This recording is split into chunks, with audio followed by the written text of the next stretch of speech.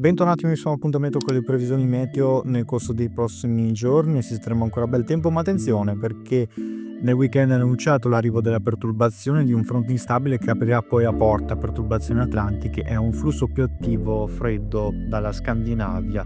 Andiamo a vedere però l'evoluzione per quanto riguarda il final warming in arrivo. Infatti è annunciato con maggior probabilità dopo la metà del mese che assisteremo a questo decadimento del vortice polare. Vuol dire cosa? Vuol dire che farà molto caldo sulla stratosfera terrestre e di conseguenza invieranno i flussi freddi di matrice polare verso alcune zone più favorite, in questo caso sempre il Nord America, il Canada e questa volta anche la Russia e sulla Scandinavia, ma sembra proprio che il flusso di matrice fredda polare non riesca a raggiungere le latitudini dell'Europa centro-occidentale, compresa l'Italia, ma solamente quella orientale come sempre.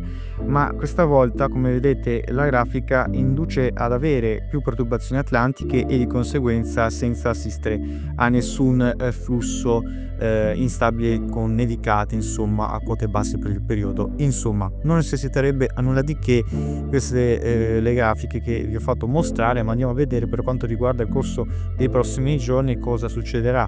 Come vedete, un passaggio di una perturbazione che avremo dal Nord Africa andrà a coinvolgere anche il sud Italia senza portare precipitazioni altrove.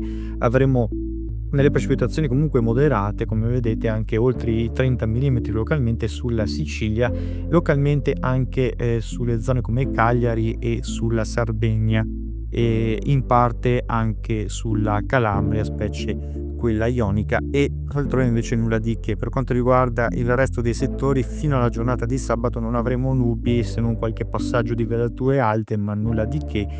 Prevarrà il sole con temperature sempre tra i 18 e i 20 gradi, pensate, sulla Val Padana, altrove tra i 15 e i 17 gradi, mentre alcuni piovaschi potranno ancora agire nella giornata di sabato. Un flusso di correnti umidi instabili affonda sempre di più un ciclone sulla Spagna e di conseguenza quest'aria molto più fredda, ma sicuramente che non andrà a portare delle nevicate importanti, scenderà sempre di più verso l'Europa occidentale. Vedete come invece nella giornata di domenica questo ciclone affonderà sempre di più verso la Spagna, continuerà a portare dei fenomeni in graduale risalita verso il nord Italia, portando della forte instabilità che andrà proprio ad agire nel corso della giornata di domenica. A partire da domenica sera, da nord-ovest e sulla Corsica e sulla Sardegna sfioreranno delle precipitazioni anche temporalesche.